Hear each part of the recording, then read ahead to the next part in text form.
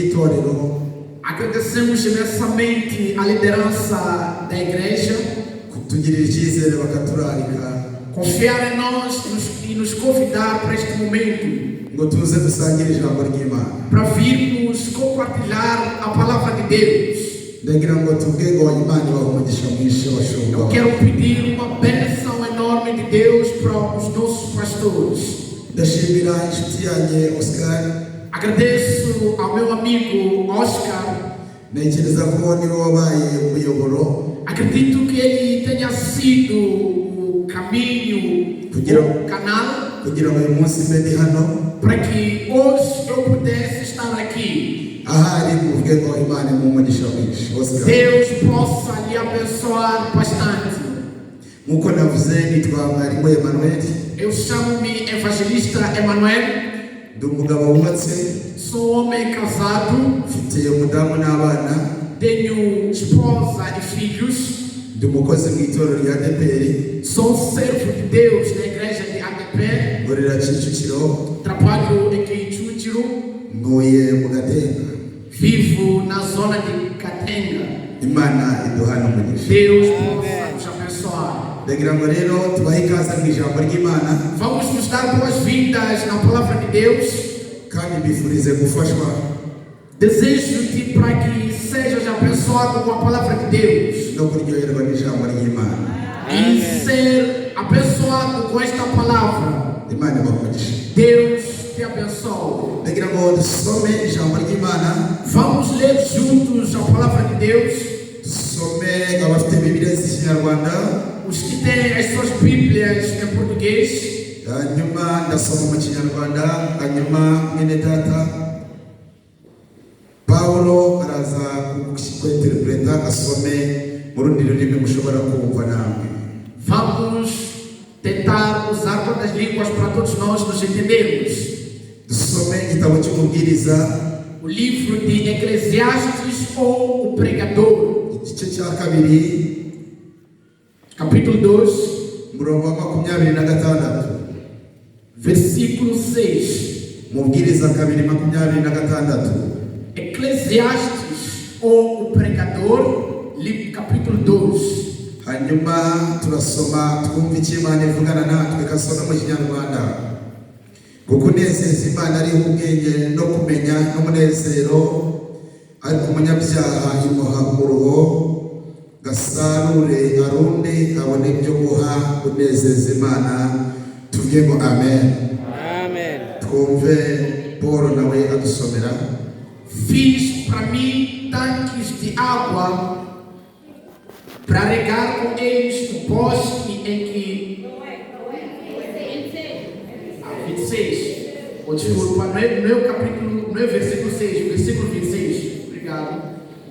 Porque ao homem que é bom diante dele, dá Deus sabedoria e conhecimento e alegria, mas ao pecador dá trabalho para que ele ajunte e amontoe e o dê ao bom perante a sua face. Também isto é vaidade e aflição de espírito. Deus tem misericórdia de nós. Amen. Hanyuma munyemerere dusome kubara, twongereho ijambo ridusanga mu gitabo cyo kubara, Vamos ler também no livro de Números, igice cya 25, capítulo 25, umurongo w'icumi. do versículo 10. Kubara 25, Livro de Números, umurongo w'icumi. capítulo 25, versículo 10. Hanyuma haravuze ngo Uwiteka abwira Mose ati, Finehasi mwene Eliyezeri wa Aroni atumye uburakari bwanjye buva kuri Isirayeli, kuko yafuye ifuhe ryanjye muri bo, agatuma ntarimbuza Abisirayeli ifuhe ryanjye. Nuko none vuga uti, dore muhaye isezerano ryanjye ry'amahoro, rizamubera hamwe n'urubyaro rwe isezerano ry'ubutambyi buhoraho, kuko yarwaniye Imana ishyaka igahongerera Abisirayeli. Tuvuge ngo amen. Amen. Então o Senhor falou a Moisés dizendo: Finéias, filho de Eleazar e filho de Arão, sacerdote, desviou a minha ira de sobre os filhos de Israel, pois zelou o meu zelo no meio deles, de modo que no meu zelo não consumi os filhos de Israel. Digamos todos amém. Amém. Vamos terminar a nossa leitura no livro de Hebreus, capítulo 11, no versículo 5 e 6. Hebreus, capítulo 11, versículo 5 e 6.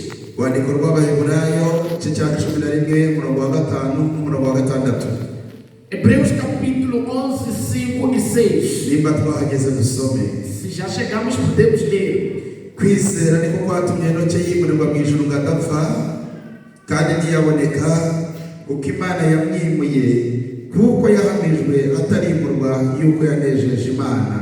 Ariko utizera ntibishoboka yinezeza, kuko wegera Imana akwiye kwizera yuko iriho ikagorora abayishaka bose. Tuvuge ngo amen. Amen.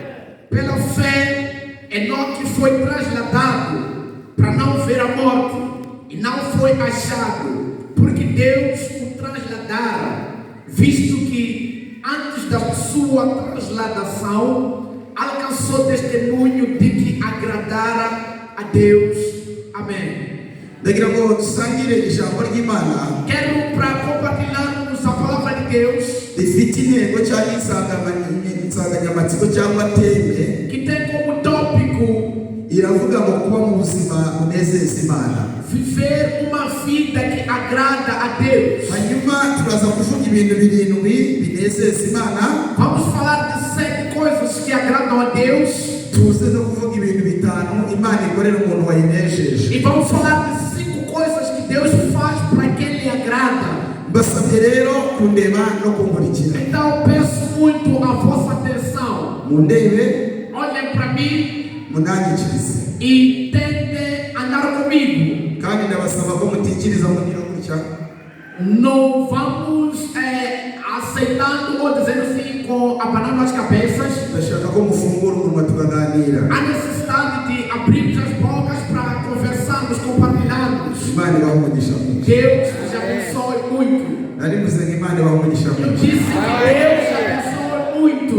Iyo tuvuze kuba mu buzima bunezeza Imana, Quando falamos da vida de agradar a Deus, bishatse kuvuga iki? o que isso quer dizer? Byari umugambi w'Imana. Era o plano de Deus. Imana irema umuntu, Quando Deus cria o homem, yamuremeye ibintu bitatu. Deus cria o homem com 3 coisas. Icya mbere, A primeira coisa, umuntu yari ibishirato by'Imana. a pessoa tinha o orgulho com a semelhança de Deus. Icya kabiri, A segunda coisa, byari ukugira ngo ajye ayinezeza. era para que o homem agradasse a Deus. Icya gatatu, A terceira coisa, byari ukugira ngo ajye ayiramya ayihimbaza. era para que o homem adorasse a Deus. Paulo yandikira Abefeso, Paulo, quando escreve aos Éfesos, igice cya kabiri umurongo w'icumi, capítulo 12, versículo 10, yaravuze ngo kuko turi abo yaremye. ele diz: porque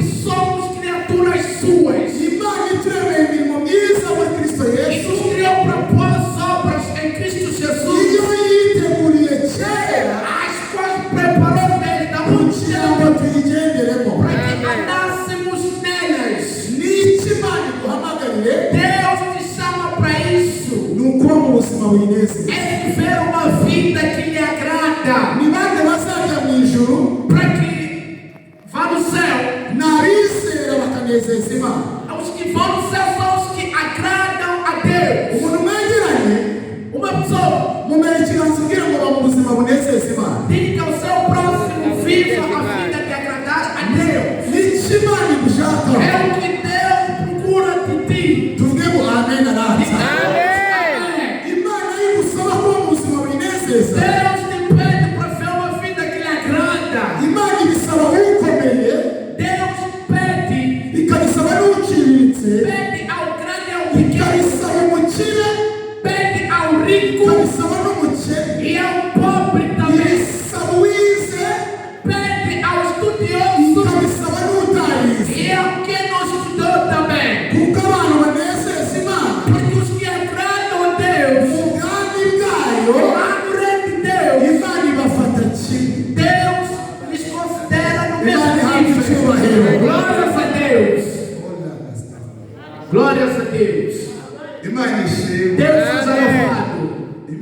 ishimwe.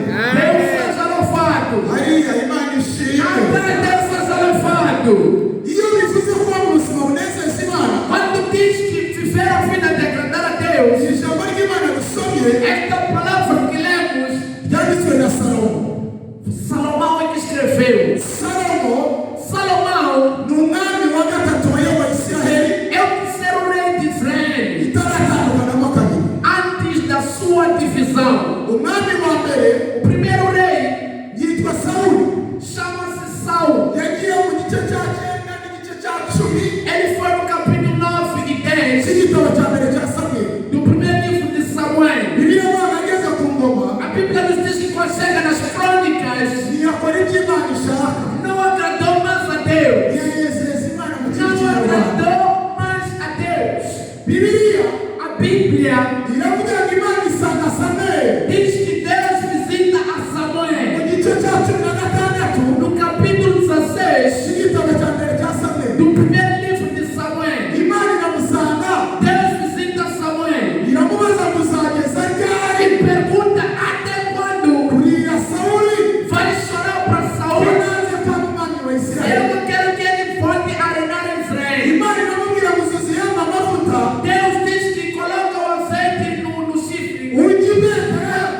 Vá até a Betlém. Nabonye umuntu ufite umutima Lá vi alguém que tem um umeze coração nk'uwashaka. que ser segundo a minha vontade. Imana ishimwe, Deus é louvado. Imana ishimwe. Deus é louvado.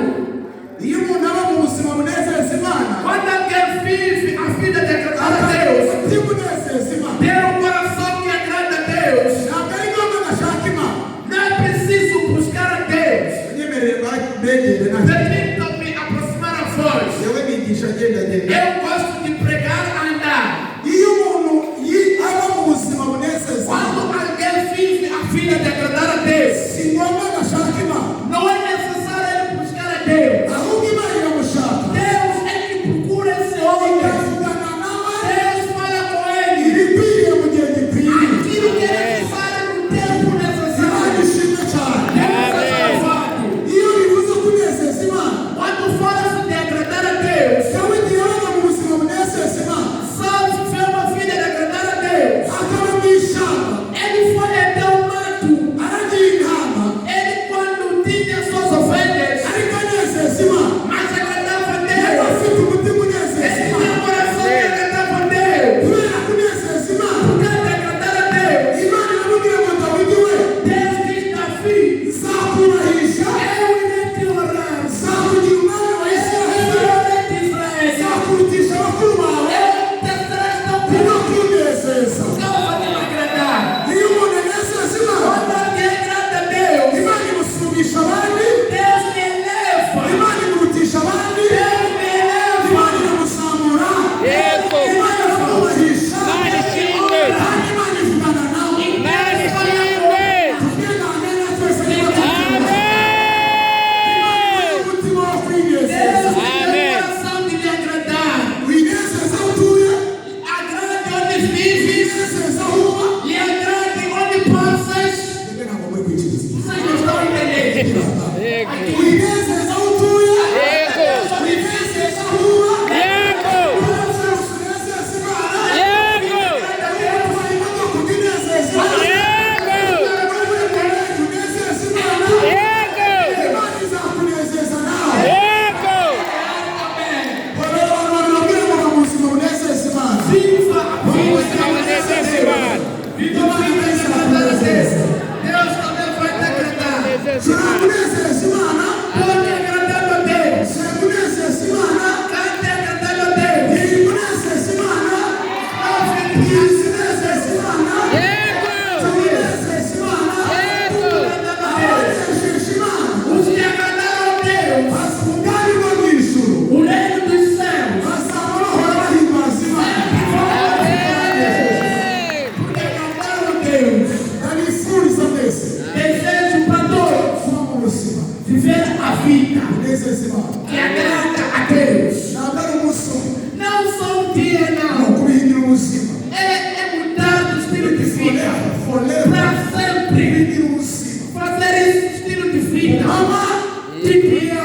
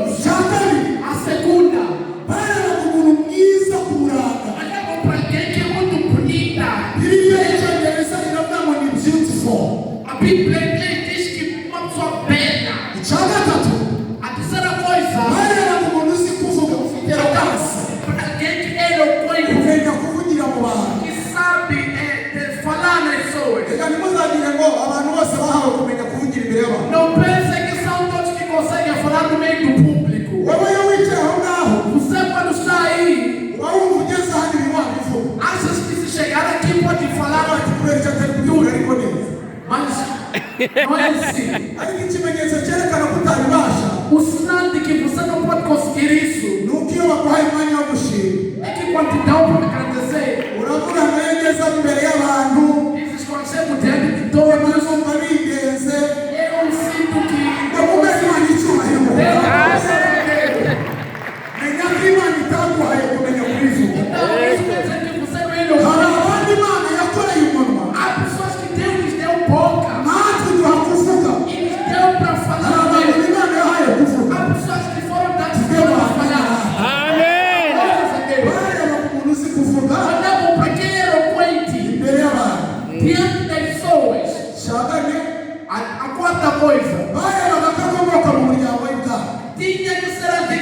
família do reinado. ibyo bintu byose Dawidi Tudo isso Davi, nta na kimwe yari yujuje, nenhuma das coisas ele tinha. ariko Imana ntiyagira isoni Mas Deus não teve vergonha. imutoranya imbere y'abakuru Deus b'Imana. expôs diante dos seus irmãos.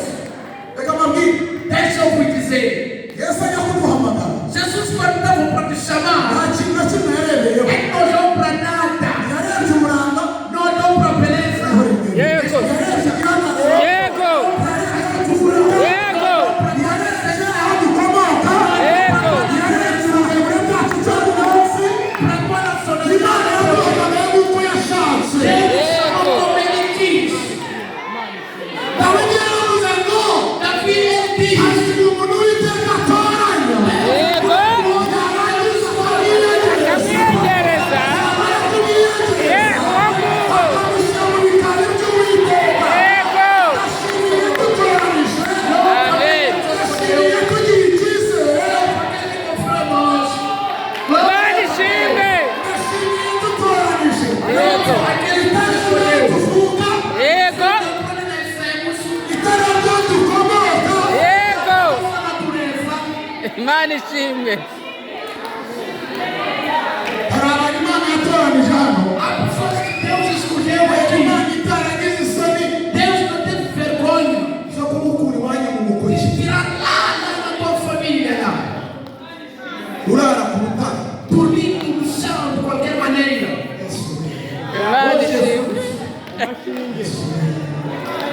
Abantu batarakugirira icyizere, As pessoas não confiavam em ti. uziko hari abantu hano batajyaga basuhuza, Sabia que aquelas pessoas que ninguém bakaba bajya no gusuhuza bagutera umwaka. As pessoas dizendo que você é saudável, Mas Yesu yarazahamagaye, mas Jesus ele te chama. arangije aranatumwakura.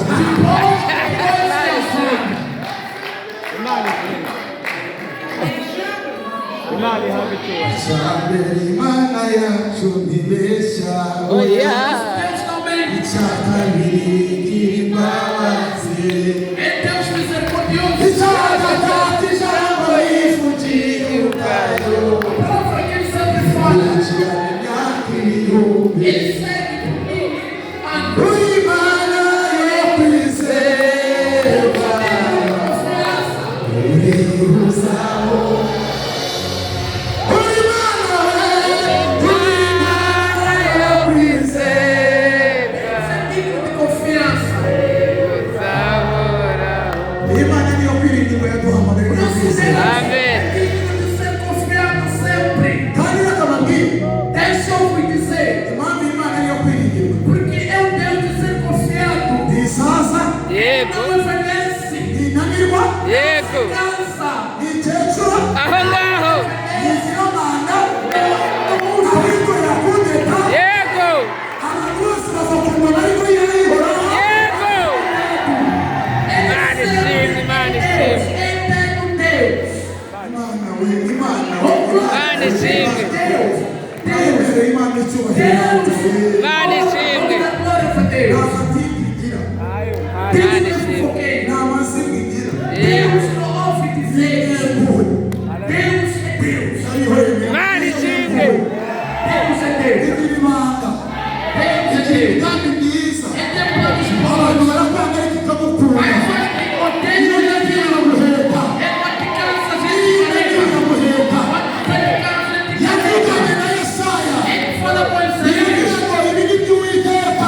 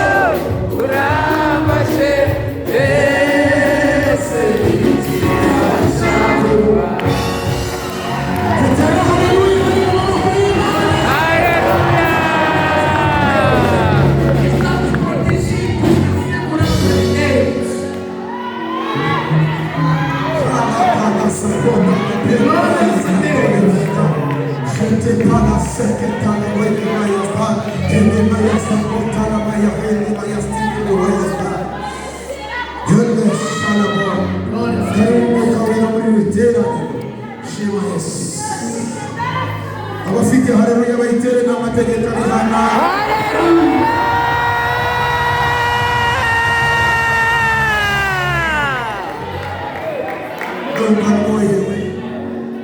Numva afashijwe. Imana ishimwe. Mavuta.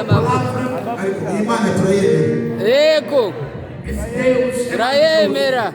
Será que nós acreditamos em Deus? A Bíblia iravuga ibyo bintu byose bibi. Diz que todas essas coisas, nta na kimwe Dawidi yari yujuje. Davi não tinha nenhuma característica para ser escolhido por Ariko yari Deus. afite umutima unezeza Imana. A gente não pode que agradava a Deus. Bagiye kwimika abandi. Quando quiseram orar os outros, Samuel agiye guterura amavuta. quando Samuel pega o azeite para o kugira ngo Senhor, yasuke kuri Aminadabu para ungir o cyangwa kuri Shama, onde chama, Imana iravuga ngo wifuje amavuta gusa. Deus diz que não. Nturebe indahagararo cye, Yego. nturebe ikirere cye, Yego. igihe urangiye kandeba mu mutima, kuko ntagaragaza abantu bareba, shaka hano yamugaye. Ngo bose arabazenguruka, Ele gira em todos, amaze kubazenguruka, depois de olhar a todos, wagira ngo aravangiwe. ele começa, mas será que Abaza Yesaya, pergunta para o pai? aramubaza ngo abana bawe bose na, Ele diz que todos os teus filhos são esses. aramubwira ngo abana yarifitiye icyizere. Ele diz que é pai, eu confiava em todos esses. Hari abana São esses que eu confiava. none ubwo byanze Mas se não está dando certo, nta wundi. acho que não há mais outro que eu posso. Aramubaza ngo nta wundi usigaye. Pergunta, não há outro que ficou. Aramubwira ngo usigaye Diz que aquele que ficou ni umuherezi é o mais novinho uragiye intama. que está lá no mato. Samweli yihagararaho Samuel, ele quis confiar nele. aramubwira ngo mumutumeho Diz que mande ele vir. mugende mumuzane Vão trazer ele kuko vir. tutari bujya kurya atara. Não Tarança. vamos comer sem que ele venha. Bashimira Imana Não for a Deus. ibyo abantu bataha agaciro Imana ibaha agaciro. Imana ishimwe. Abantu basuzuma Imana irayubaha. Yego. Tukomereze agaciro. Imana ishimwe. Wagiye kumuzana Aquele que foi trazer a Davi, yagiye kumuzana foi lhe trazer kugira ngo birire tu só para comer. kuko bari bashonje Porque estavam com fome. amasaha yo kurya yari yareze. Já havia passado a hora de comer. Aravuga ati abantu b'abagabo Diz que homens como vocês, Imana yabagaya Deus pode ikemera aprovar. akadafakara y'intama.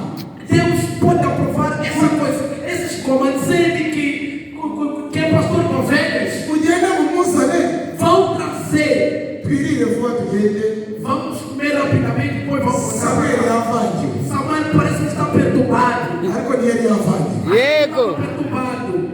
Bibiliya bamwe bamutumaho. A Bíblia diz que mandaram um filho. Abo tukiri kumwe tubwiye ngo amen. Amena.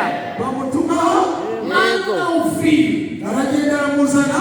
Foram trazer Davi. Amuzanye. Yego. Mani shimwe. Mani shimwe. Amuzanye. Quando lhe trazem, Aramubwira ngo ntwara gake. diz que vai com calma. Natinze senga. Yego. Eu orei muito. Nindanezeza Imana. Yego. Orei lá agradando a Deus. Mfite amakuru. Yego. Notícias. N'ubundi ntibyari gushoboka. Yego. É possível. Imana yavuganye nawe. Mani shimwe. Mumbwira ngo ibintu nibigutwara gake dufite amakuru. Ibintu nibigutwara gake dufite amakuru. Dufite amakuru. Dufite amakuru y'izabana natwe. Yego. Dufite amakuru y'izabana natwe. Yego. Amen. Aramuzana. Trazei. Amakuru murayafite. Turayafite. Kandi muri gutuma afasha. Yego. Yari. Pawulo yandikiye Abaroma. Quando escreve aos Romanos Paulo, Mu gice cya gatatu. capítulo 3, Umurongo wa mbere. versículo 1. Wewe wigende. Não vai. Buri kimwe. Sério. Yaravuze ngo mbese Abayuda Yego. Os judeus. barushinga abandi iki? O que eles querem mais? Aravuga ngo barusha muri byose. Yego. Irigane ni uko bafite ibyavuzwe n'Imana. N'Imana. Mu kinyarwanda cyumvikana Eles têm a promessa de Deus. babarusha amakuru. Yego. Têm as notícias de Deus. Aho ngaho. Barusha Amakuru. Eles têm a notícia. ntibarusha amafaranga. Yego. Ariko nawe ubarusha amakuru. Ubarusha amakuru. Ntibarusha kuza mbere. Yego. Ariko nawe ubarusha amakuru k'izabana. Mani shimwe. Ikibazo si ukugenda mbere. Yego. Ahubwo ufite amakuru. Mas primeiro é ter a informação de Deus. Aya ngayo ufite rero. A palavra de Deus que tu tens. Azakurinda. Yego. Vai te guardar. Azabana nawe. Essa que vai te proteger. Ndanezerewe Mani shimwe. A informação de Deus. Amakuru. Yego. A palavra de Deus. Amakuru. As promessas. Amakuru. Mu Rwanda Em Ruanda. kuri radiyo Rwanda Yego. Rádio de Ruanda. y'igihugu hari umukecuru ujyaho Há uma velhote que costuma ir para ali. imbere y'amakuru nyine bagiye kuyavuga abanyamakuru Yego. Antes da bakavuga ngo notícia. icya mbere ni amakuru. Yego. Primeiro é a notícia. mubwire ngo ntabwo icya mbere ni amakuru. Primeiro Icya mbere ni amakuru. diga ao seu próximo que primeiro Icya mbere ni icya amakuru. mbere ni amakuru. Icya mbere ni amakuru. ikibazo si ukudashaka. Yego. Problema não é de não casar. ikibazo nta burere udafite. Yego. Problema não é daquilo que você não tem. ahubwo ufite amakuru ko uzabibona. A informação que Carro. traz isso. amakuru Imana iduha A informação que Deus nos dá, atumarira ibintu bitanu. ela nos tem vantagem de 5 coisas. ariko reka mbabwire gakimwe gusa. Mas tem que dizer pelo menos uma. ndimo niginga ndakibabwira kimwe gusa. Bivuge byose.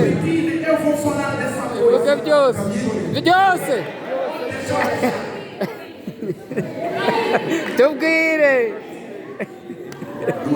amakuru. Amakuru. icya mbere A quarta, amakuru Imana iduha a informação que Deus nos dá atuma tudapfa faz com que não morramos, kandi turi mu bitwica. faz para não morrermos, mesmo a viver Mano, as informações que Deus nos amakuru dá. Imana iduha A informação que Deus nos dá atuma udapfa faz com que não kandi morramos. turi mu bitwica. Enquanto estás com medo daquilo que tem que te matar. niko birivuga A Bíblia fala isso. muri Luka kabiri Lucas capítulo 2, 25 versículo 25. haravuga Yerusalemu Diz que em Jerusalém hari umusaza witwa Simiyoni. havia um velho chamado Simeão. uwo musaza witwa Simiyoni Esse velho chamado Simeão, umwuka yaraje o Espírito veio até ele. aramubwira ngo ngiye kuguha amakuru. Falou para ele que vou te dar a informação. aramubwira ngo abana nawe bazapfa. Diz que os velhos depois vão morrer. abazavuka nyuma yawe Os que bazapfa. vão Yego. que vão morrer. ariko weho Yego. Mani shimwe. abagore bari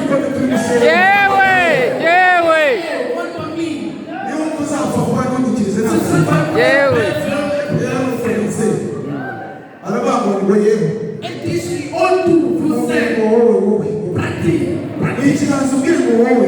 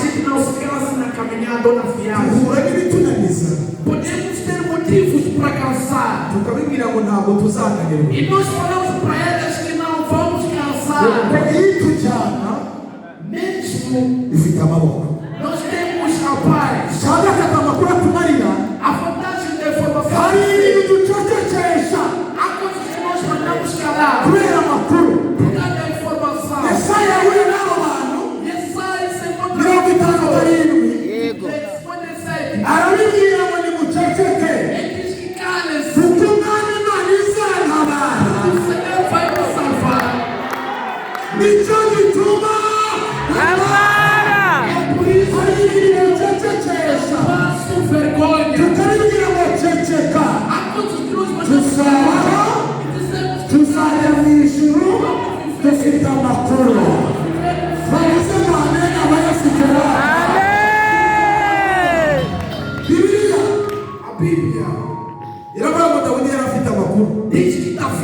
informação.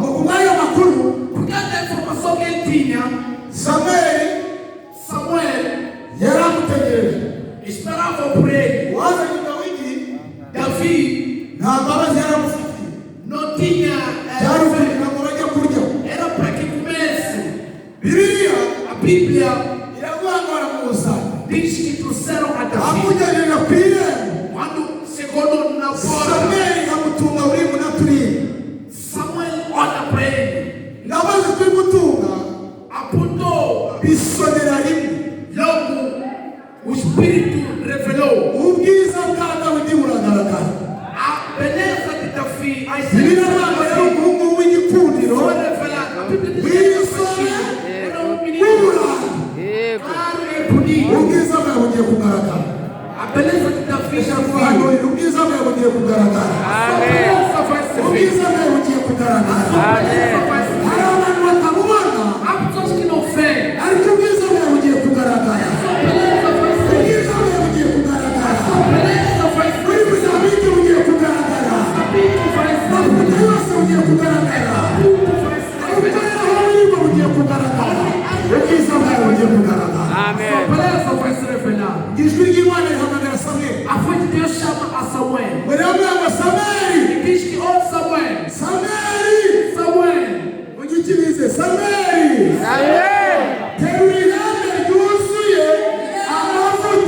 When you don't sound.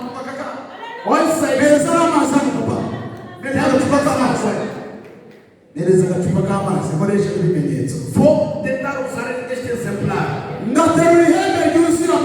Levou o azeite diante de seus irmãos. Quando carrega aquele óleo, aquilo conectou-se. Porque o azeite estava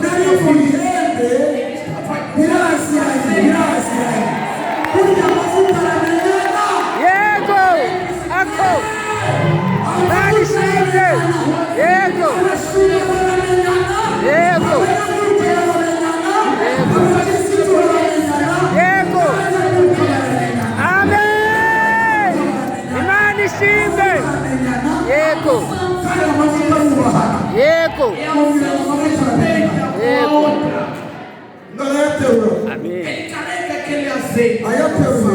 Carrega aquele azeite. A voz de Deus chama Samuel.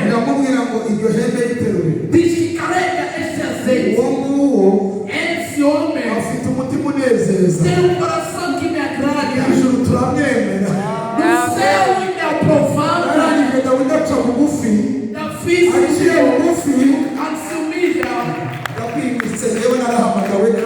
humilha. Eu fui que seja como um crente.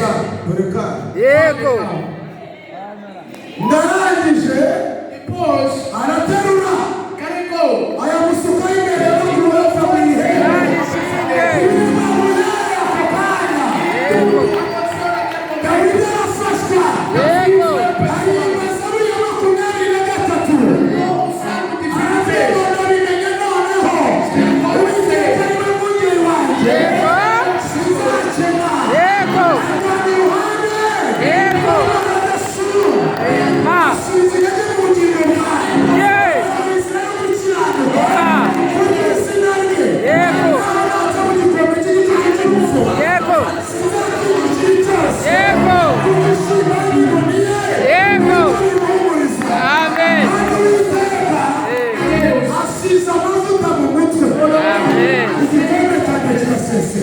Amém.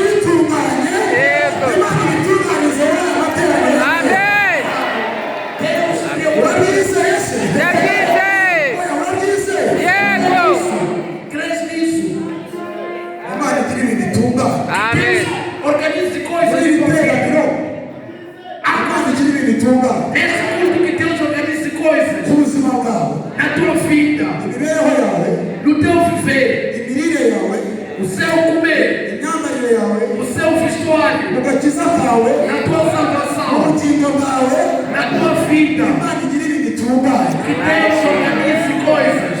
Batatu bane banyikirije mu byuzuye cyane ntacyo bitwaye. Todos os crentes podem dizer amém. Mumbarize umuntu mwegeranye, Aproxime o seu próximo. mumbarize, Esse que está ao seu próximo. mumbarize ngo hari ibintu Imana yatunga. Pergunte para Hari ele. ibintu Imana Há yatunganya. coisas que Deus organizou na sua vida. Nta bihari, Não há nada que Deus organizou. Birahari. Não há. birahari. Birahari. Existem. Mubwira ngo Uwiteka Diga que Deus agiye kubitunganya umunsi wa none. Vai organizar o mundo para nós. Mano, neste sim. dia. Ndashimira Imana Louva a Deus. ivuga abantu badahari, Fala ariko em yaje festa. gukora igakora yateranije abantu. Mas Deus Ndashimira ivuga a badahari, sua promessa no meio de todos. ndashimira ivuga badahari, Yego. ariko yaje gukora igakora yateranije, yabateranije. Hari ibintu Imana igiye gukora yabateranije. Ugize haleluya. Mano, Deus. Yabana guhera uwo munsi Ele diz que a partir daquele dia, umwuka w'Imana o Espírito de Deus akageza kuri Dawidi cyane. passava muito em Davi. Ndagira ngo mbabwire ko Eu quero lhe dizer, uhereye nonaha a partir de hoje, muri ryari de nona. hoje, de agora, Nona. a partir de agora, Nona. uhereye ryari Nona. ndagira ngo mbabwire ngo uhereye nonaha sei que a partir de agora, umwuka w'Imana agiye kukurusa. Amém. Agiye kurusuzuma azisengesha nonaha. vai encher o céu. Bibiliya A Bíblia yaranasubiye diz que ele voltou, Imana ibana nabo mas Deus foi com ele. mu byakozwe nyuma Nos Atos dos Apóstolos, 13 capítulo 13, hari abantu Dawidi amaze gukora ibyo Imana ishaka byose diz que Davi, depois de fazer tudo o que Deus queria, agiye gusaza quando estava a envelhecer, ahamagara umuhungu we witwa Salomo ele chama o seu filho Salomão. aramubwira ngo Salomo mwana wawe Diz que Salomão é meu filho. ujye umenya Imana ya so Conhece o Deus do teu pai. iyo yakoreraga Yego.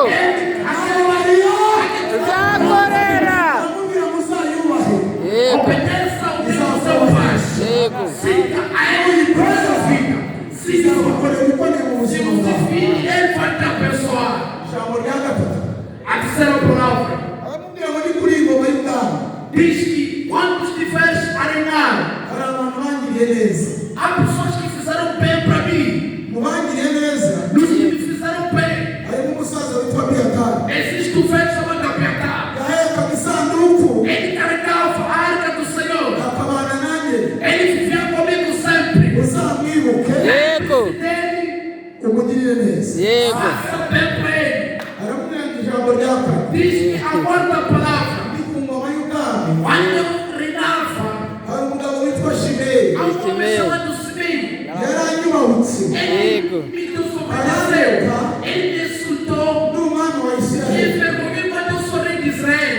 ko cyari igihe cyo kutameneka kw'amaraso Eu não podia matar a ninguém. ndamureka Eu me deixei. ariko mu bwenge Imana itanga mwana wawe Mas na sabedoria que Deus dá ao filho, uzakoresha uko ushoboye faça o possível. za Shimeyi Assunto de Simei ntizizamanuke zitariho amaraso não pode acabar assim do nada. Bibiliya ivuga ngo Salomo yumvise iyo ndahiro A Bíblia diz que quando Samuel ouviu o orçamento do pai, imutera kujya gusenga fez com que ele fosse orar a Deus. ajya ku kanuna ka Gibeyoni gusenga Ele foi orar a Deus, buscar a Deus. agezeyo Quando chega lá, arasenga ora a Deus, arasenga ora a Deus, umugikiriza arasenga Arasenga.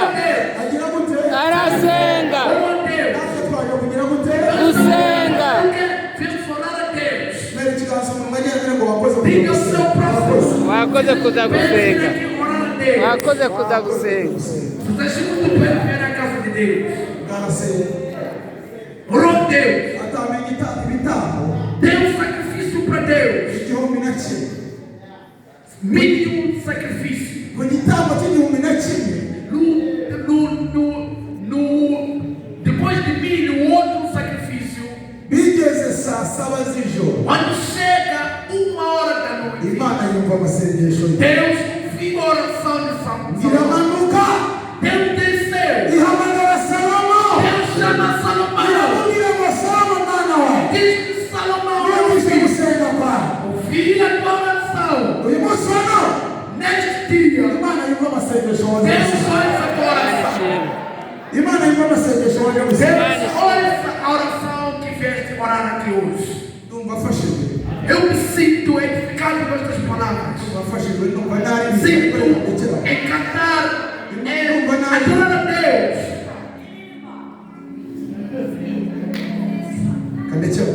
Mas deixa eu parar por aí. Kandekera ndabaraza hano kumva nasi. Não vamos dormir aqui. Imana yumva amasengesho Deus wawe. ouviu a oração de Salomão. Iramubwira ngo Salomo mwana wawe. Deus disse, Salomão, meu filho, Sabe icyo ushaka cyose. sabe o que quiseres. E sabe o que quiseres. O que quiseres, e eu te darei. Kamabaza. Deixa eu te perguntar. Unyikirize wese. Respondam para mim todos. Ufungure iminwa munyikirize. Respondam. Reka mbabaza. Deixa eu te perguntar. Uyu munsi wa none Se neste dia de hoje, aka kanya neste momento, Imana imanukiye muri iri tera Deus descer neste culto ikabamusaba icyo e ushaka. te perguntar, peça o que quiseres. Wasaba iki? O que é que tu podes pedir?